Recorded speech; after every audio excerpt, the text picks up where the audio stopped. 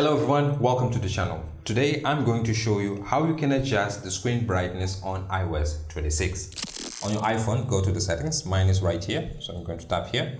Before I show you how to adjust the screen brightness, let me show you the iOS version that I'm running on this device.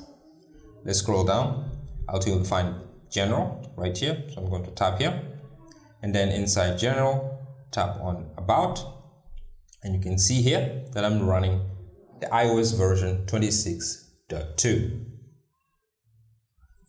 Now let me show you how to adjust the screen brightness.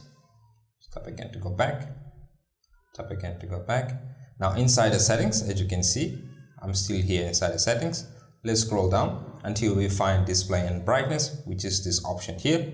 Let's tap here. Inside display and brightness, let's scroll down, and you will see down here that we have the brightness section. Inside the brightness section, you can see that we have this slider. This is the slider that we are going to use to adjust the brightness of the screen. In this case, for example, let's tap here, tap and hold, and then drag to the left. You will see that we will dim the screen, the brightness of the screen. And then if we drag to the right, we will increase the brightness of this device. Well everyone, this is how you adjust the screen brightness on your iOS device. Now let me show you another option that I think is very important and I recommend you to enable. Now here, back to the settings, let's tap on accessibility. Now inside accessibility, let's scroll down until we find display and test, which is this option here. Now let's tap here. Inside display and test size, let's scroll down until we find auto brightness.